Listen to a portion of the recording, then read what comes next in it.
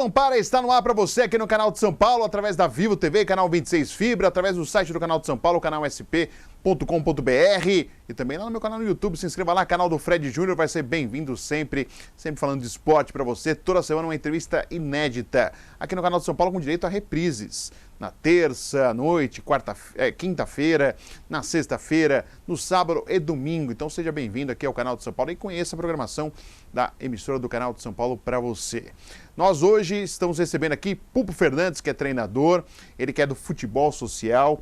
O Guilherme já esteve aqui, responsável pelo futebol social. Já fiz lives com atletas que atuaram pela seleção brasileira do futebol social. E a gente vai falar um pouquinho mais ainda do futebol social, da Copa do Mundo, conhecida chamada de Copa do Mundo das Favelas. Mas o Pupo vai falar um pouco desse trabalho, que é um belo trabalho que é feito também de inclusão do futebol no meio social, através do esporte, a inclusão de jovens e adolescentes na parte social, na parte de trabalho. Às vezes não vai se tornar um grande jogador, mas aprende muito nessa convivência a se tornar uma excelente pessoa na sua condução de vida, uma esperança para alguns jovens, alguns adolescentes, através do esporte, através do futebol. Pupo, prazer recebê-lo aqui, muito obrigado por ter vindo até, você que é de São Roque, né, Pupo, ter vindo aqui a São Paulo, participar do programa Bola Não Para. Tudo bem? Tudo bem, Fred, obrigado pela oportunidade novamente de você estar dando a oportunidade do futebol social, estar explicando cada vez mais como funciona o nosso projeto, e é um grande prazer estar aqui junto com vocês. Há quanto tempo você está nessa caminhada aí, Pupo? Eu sou, acho que, um dos técnicos no Brasil que está no cargo há mais tempo. Eu estou 16 anos já no futebol social. Nós iniciamos em 2004 com o projeto da revista OCAS, né, que é a Organização Civil de Ação Social. A gente trabalhava com os vendedores. A partir de 2008, com o Guilherme, nós fundamos o futebol social. Você funda com o Guilherme o futebol social? Como que funciona? Sim, nós fundamos o futebol social em 2008, né, para nós termos criar mais forças, né? Sim. E nós fundamos em 2008, estamos aí 12 anos já com o futebol social. Mudamos um pouco o que era antes com os vendedores da revista. Hoje nós trabalhamos com jovens em situação de risco, de moradia, de violência, de droga.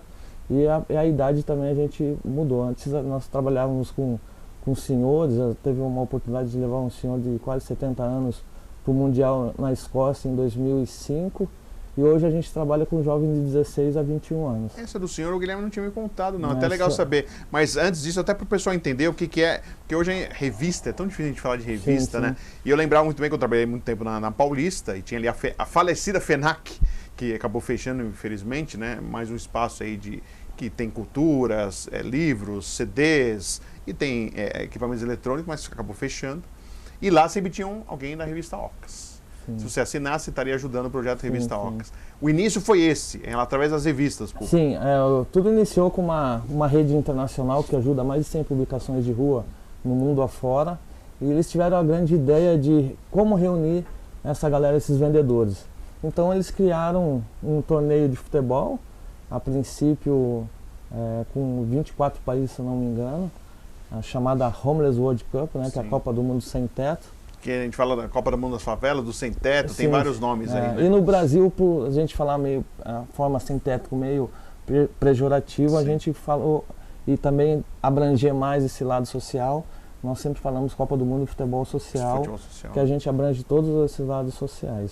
Sim. Então teve essa ideia de reunir esses vendedores, começou com uma brincadeira, com 24 países, hoje é uma grande potência, mais de 64 países participantes. E alguns países levam tão sério isso daí que eles não classificam para a Copa do Mundo, a principal. Então tem alguns países que levam muito a sério essa categoria, formam grandes seleções, logicamente com o foco principal social, né? Claro. E não podemos fugir disso aí, mas que tem grande potência nessa modalidade dentro do seu país. Com certeza. E Pupo, você sempre esteve ligado ao esporte? Como que caminhou para você esse lado? Porque você é o treinador da seleção, mas como caminhou para você isso aí? Sim, eu lá em São Roque tenho o Clube Atlético Paulistano. Sim. Hoje sou professor lá da escolinha também. Tá. Eu iniciei lá com 7 anos de idade, com 15 anos eu já subi para a equipe profissional, né? Em 1990. Que posição você jogava, Pupo? Na minha estreia, eu lembro até hoje, foi de lateral esquerdo, meu primeiro jogo no profissional, contra o Vila das Palmeiras de Guarulhos, não existe mais, nós ganhamos de 1-0.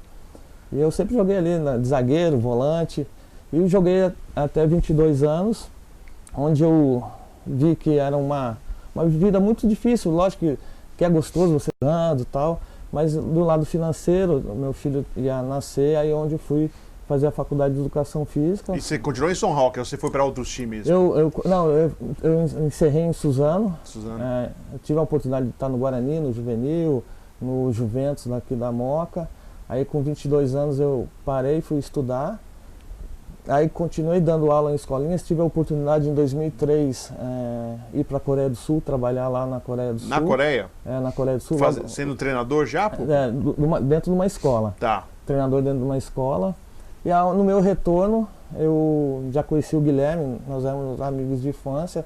Ele já estava envolvido na revista Ocas. E nessa oportunidade ele me convidou para mim estar conhecendo o projeto, onde eu abracei assim pela causa. Eu acho que nós temos que ver esse lado social, esquecer um pouco do lado da competição. Sim. E onde eu fui me apaixonando pelo projeto e estamos aí nesse casamento há 16 anos. Que legal. E Pupo, você falou, como que surgiu isso na Coreia? Você trabalhava numa escola, como que surgiu essa... Eu estava dando aula no Paulistano e fizemos uma parceria com a escolinha do Palmeiras. Tá. E tinha um rapaz, Tadeus, não sei se você conhece, tinha uma loja chamada Ponto Verde ali perto Sim. da... Ele levou uns coreanos que iam ficar aqui no Palmeiras, levou lá para São Roque. Tinha uns 10 coreanos, nesse período eu fiquei treinando com eles.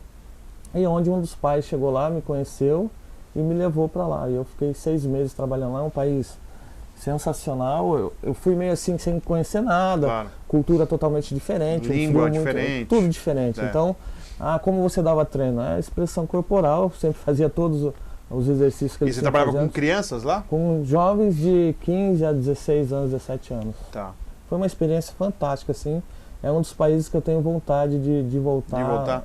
E você foi para ficar esse período mesmo, 6 meses, ou era Na para realidade, ficar mais? ficar mais. Por Tá. causa que eu fui com visto de turista, né? Sem saber nada, fiquei preso no aeroporto. Tem uma história muito longa por trás disso aí, uma história bem legal, bacana, porque terminou feliz, mas Você ficou preso no aeroporto? Fiquei preso no aeroporto. Mas detido ou preso de não poder sair? Preso de não poder sair na alfândega lá, Tá. para saber o que eu estava fazendo lá. Né. Chega um caipira de São Roque, na Coreia do Sul, sem $1 no bolso, porque já estava tudo certo como ia funcionar o Sim. esquema lá. Então, foi uma experiência bacana. Eu fiquei 6 meses lá. Mas te ajudaram? Você ficou quantas horas preso ali? Fiquei quase umas 10 horas. É mesmo? É. Para chegar alguém para te Pra salvar chegar lá? alguém, ligar no consulado brasileiro lá na Coreia, eu conversar, explicar a situação, daí me deram esse visto de turista 6 meses. Então aí você ficou com esse visto e teria chance de você prorrogar esse visto? Teria chance de eu voltar para o Brasil. A ideia era eu voltar, eu correr atrás do visto de trabalho Definitivo. e retornar para lá. É. Aí como eu conheci o projeto, também daí comecei a dar aula lá em São Roque, eu falei, vou segurar um pouquinho. Vamos ficar por aqui, Exatamente, né? Coreia eu já tive esse gostinho. E foi uma experiência fantástica, assim, que eu voltaria novamente, lógico, com mais experiência, mas uma experiência fantástica que aconteceu na minha vida. Alimentação lá na Coreia, Pupo? Muito difícil. Nesse período de uns 2 meses eu não conseguia comer nada. Muita gente emagrece quando vai pra Coreia. Você Eu emagreceu? comia muito chocolate. Chocolate, batata de latinha? Latinha, E a comida lá, por exemplo, o café da manhã é uma refeição normal que nós temos aqui no almoço e janta. Então, falam que é muito oleosa também. Exatamente, e muito apimentada, né? Mas assim, hoje eu como com o maior prazer, é muito gostoso, mas foi muito Não te ofereceram difícil. nada diferente não, Pupo? Tem uma história bacana. Eu jogava com os pais todo domingo, né? E pós-jogo era uma briga grande de eles querem levar eu a almoçar. Então aí eu ia com um, ia com outro. Aí um dia eu fui com um casal, com um filho que estudava no colégio. Aí a gente almoçou e tal. Aí acabou, o garoto falou em inglês pra mim que você tinha gostado do cachorro. Eu falei, o que? Cachorro? Eu tinha comido cachorro sem saber que era cachorro. Mas é uma carne totalmente preparada, uma carne nobre. Não é, o cachorro tá lá, os caras matam. Não.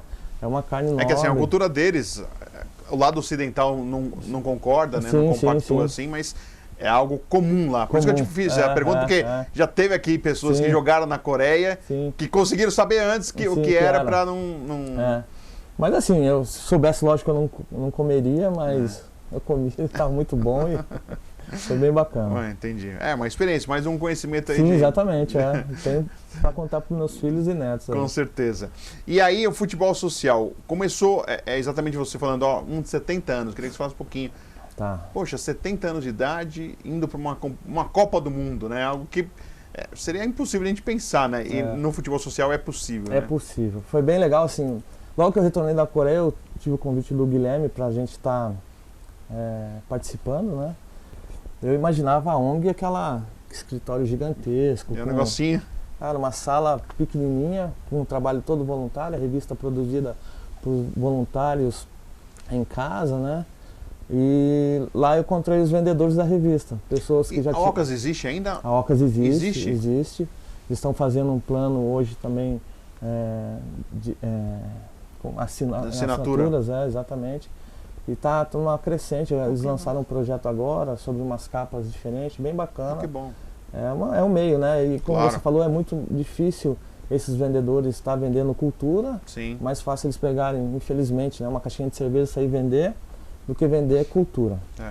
E aí onde eu conheci grandes pessoas, exemplos, assim, pessoas que tiveram na situação de rua, morar na rua, por N situações, né? A gente vê tantas pessoas hoje jogadas nas ruas e algumas vezes a gente pré-julga essas pessoas por saber que elas estão ali durante o dia dormindo, mas a gente tem que saber que elas estão de dia dormindo porque à noite elas ficam acordadas com medo de ser atacado, exatamente. Se machucar. Então eu conheci várias pessoas que levo de exemplo de vida, pessoas sensacionais que tiveram situações de drogas, tiveram situação de jogos de azar, várias situações de chegarem até o fundo do poço e a Ocas estava ali para resgatar essa galera.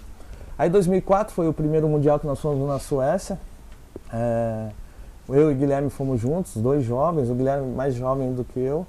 E assim, o intuito maior da Ocas era o quê? Resgate de autoestima dessa galera. Então nós íamos para o Mundial sem intuito nenhum de buscar resultados, sabíamos que era difícil. E nós tínhamos derrotas pesadas, né? E é difícil a gente tratar derrotas pesadas com pessoas que... Já sofrem derrotas diariamente. Exatamente. Então era muito difícil o nosso dia a dia com essas derrotas. Não importa a gente falar, eles... Valeu a experiência, tá? Exatamente, é difícil. Então, e para ajudar um pouquinho mais em tudo isso, nós usávamos a camisa da seleção brasileira. Na Suécia, onde o Brasil foi campeão em 58, então todo mundo queria tirar foto, dar autógrafo, porque os suecos são apaixonados pelo Brasil. E chegava dentro de quadra, era uma decepção grande, né? Nós não tínhamos qualidade nenhuma, técnica nem tática. Antes, os jogadores podiam disputar 2 mundiais. E em 2004 nós fomos, com todos esses problemas que nós tínhamos, mas foi uma viagem sensacional. No retorno, o maior problema nosso era retorno, né? Eles ficaram 10 dias num nível lá em cima, primeiro mundo, dando autógrafo, comendo bom do melhor. Aí volta para a realidade. Volta para a realidade. Que albergue eu vou ficar, onde eu vou ficar, o que eu vou fazer. Pô, só aproveitar, a gente vai para o intervalo, porque já estamos estourando aqui o primeiro bloco. A gente volta para continuar a história aqui com o Pupo e, claro, para falar muito mais da atualidade do futebol social. Vamos ao intervalo, já voltamos aqui no A Bola Não Para.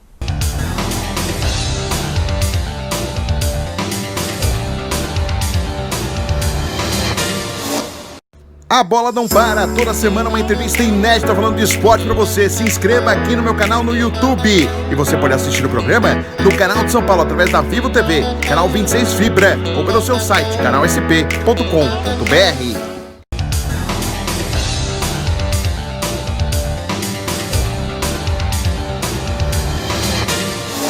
Estamos de volta, a Bola Não Para para você aqui no canal de São Paulo, através da Vivo TV, canal 26 Fibra, no site canalsp.com.br e lá no meu canal no YouTube, canal do Fred Júnior, se inscreva lá. Estou com o Pupo Fernandes, que é técnico do futebol social, ele está contando essa caminhada, o início, né?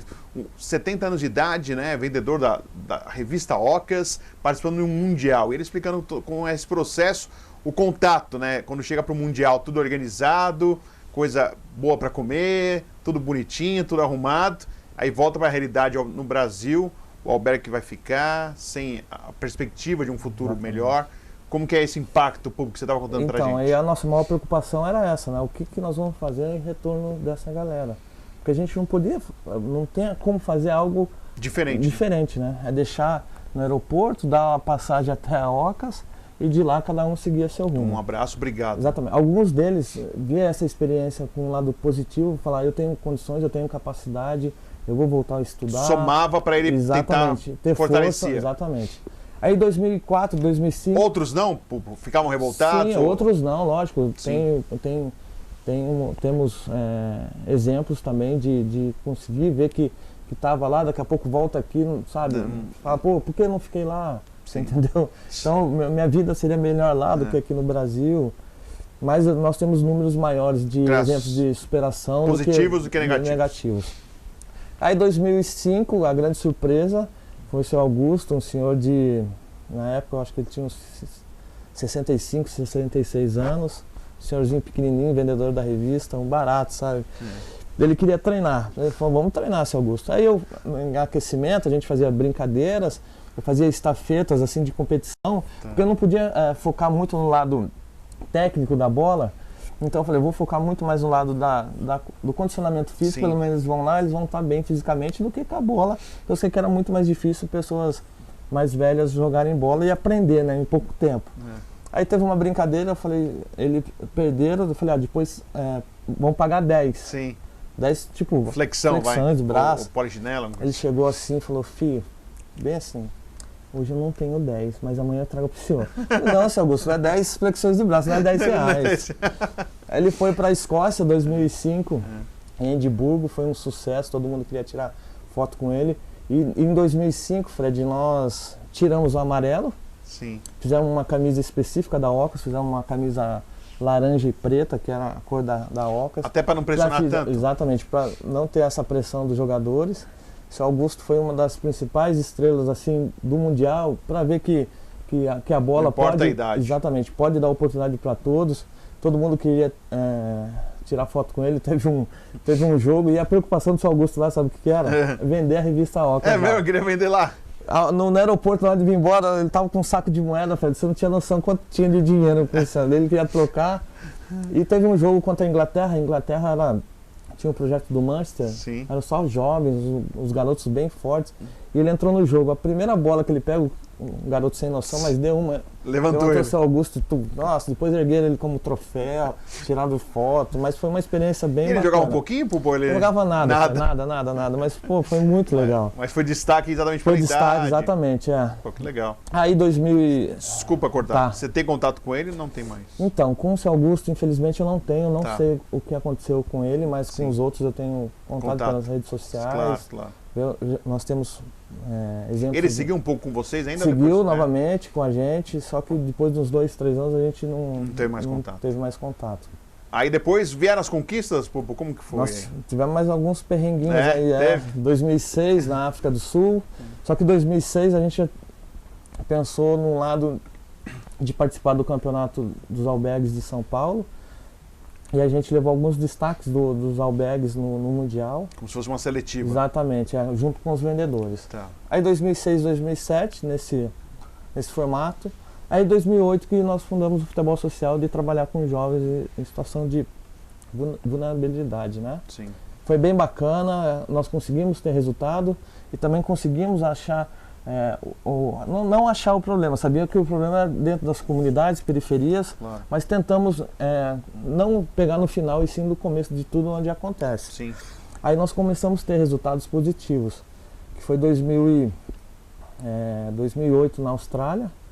Aí nós já estávamos entre os 8 primeiros colocados, né, do Mundial, coisa que nós não tínhamos participado ainda. Nós ficamos em 7º.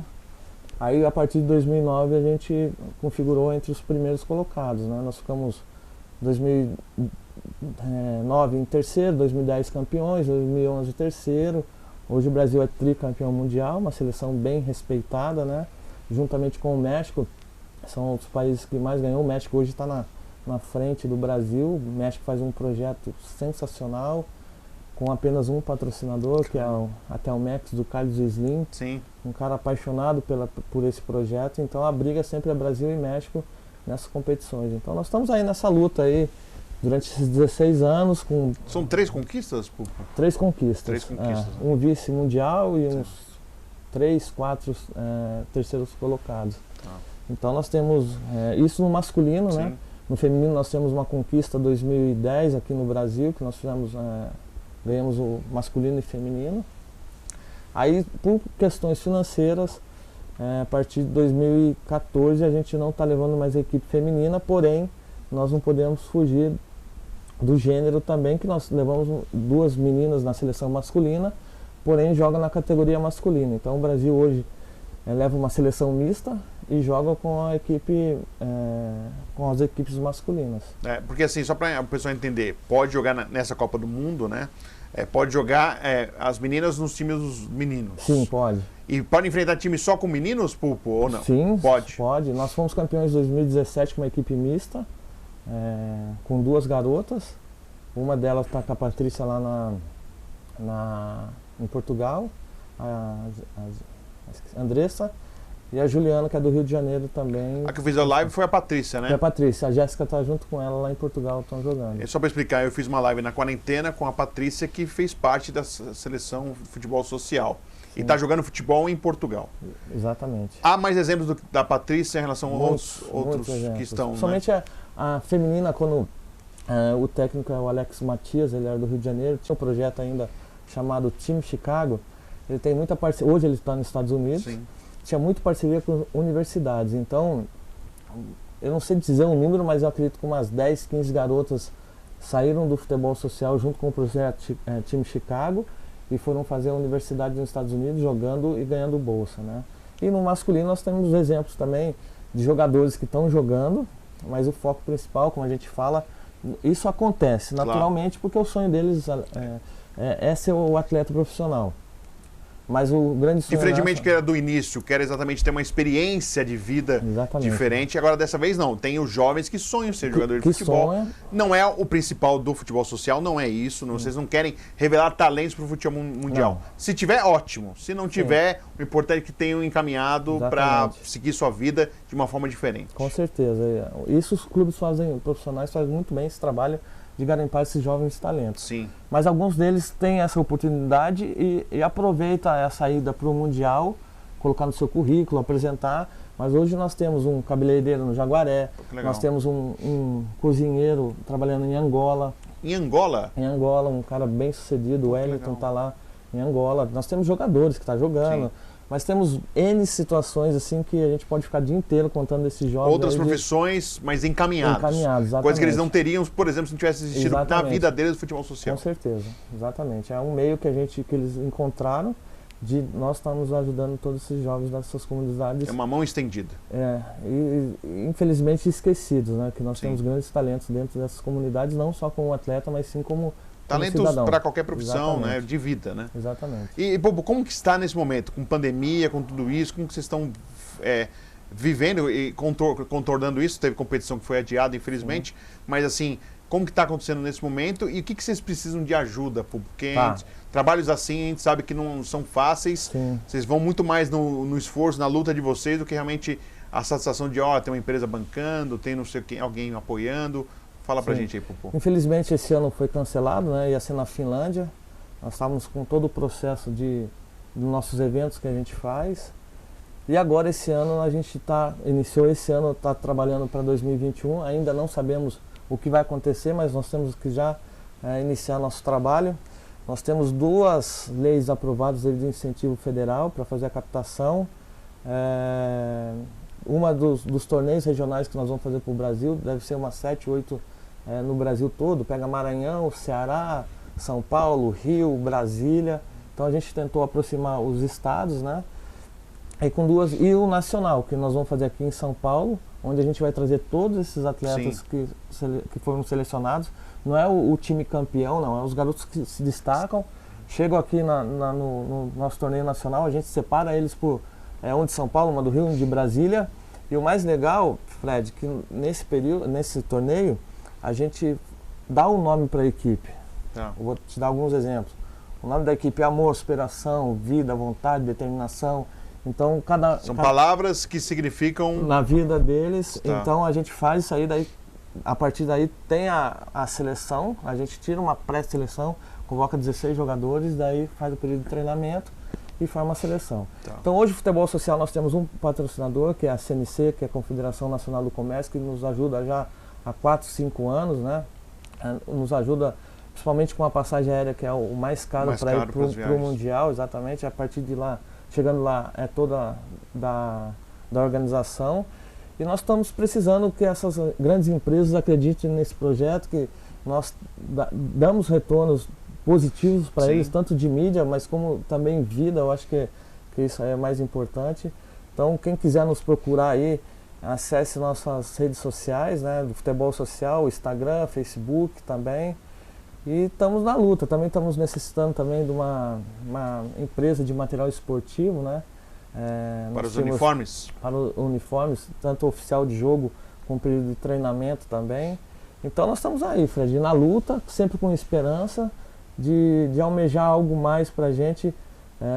E eu e Guilherme, a gente sempre conversa, né? Nós temos um grande potencial, e por que não sonhar alto, de ser o maior projeto social do Brasil, né? Então, para ter tudo isso aí, nós precisamos ter grandes empresas que nos abracem, que nos apoiem e acreditar que o esporte é uma ferramenta fundamental na vida do ser humano e transforma. Isso é fato comprovado que acontece mesmo. A gente está no finalzinho do programa, claro, você citou alguns nomes, eu sei que tem muita gente, mas teve alguma história emblemática para você, Pupo, de algum jovem que realmente transformou-se a partir do futebol social? Você consegue lembrar assim? Sim, tem o Pirica aí, que é um garoto exemplar da comunidade do Jaguaré, hoje é um garoto responsável. É ele que nos ajuda lá dentro do Jaguaré a formar a equipe. Então fica meu abraço pro Pirica, mas dentro do Jaguaré nós temos o Edson. Não sei se você lembra esse lance, que ele dá uma carretilha no Falcão. Sim. Ele esteve no futebol social, hoje ele joga Azerbaijão, para aqueles lados ali. Tá no Azerbaijão. Ele foi vice-campeão mundial agora, um garoto que jogou no Corinthians. Sim. Então nós temos grandes exemplos, muitos exemplos. A Michelle, uma garota que é da Cidade de Deus, estava no Flamengo, hoje ela assinou contrato com o time do Ceará. Então, em relação ao futebol, mas fora isso aí, eu vejo o Pirica com um grande exemplo de superação aí, um garoto sensacional, que com certeza vai fazer parte da nossa equipe. Pô, que bacana. Pupo, poxa, muito obrigado por ter vindo até aqui. A gente sabe que tem uma caminhada para chegar aqui ao estúdio aqui na região da Paulista, mas eu gosto muito do futebol social, do projeto, desde quando eu tive contato com o Guilherme outras vezes, antes nem era meu programa ainda, e depois no meu programa, já falamos algumas vezes, e com live, e com você agora também, é um prazer falar. Já te entrevistei na Jovem Pan por telefone, mas é um prazer falar com você. Boa sorte, sucesso, tenha sempre um torcedor aqui torcendo para vocês, e que eu puder divulgar, se vocês estiverem precisando, a gente vai sempre colocar à disposição. Obrigado, Fred, novamente por a oportunidade. Nós sabemos muito como você gosta do futebol social, como acredita no futebol social, nessa transformação do ser humano, e sempre estaremos à disposição. Assim que sair a programação de 2021, estaremos à disposição para estar falando, e muito obrigado aí a vocês todos aí, e sucesso. Muito obrigado. Agradecendo o técnico Pupo Fernandes, que é técnico do futebol social, faz um belo trabalho de inclusão social através do futebol. Pode até surgir um grande craque, mas a intenção maior é exatamente essa inclusão social. Na semana que vem tem mais Bola Não Para. Eu espero você sempre com uma entrevista inédita falando de esporte. Até lá!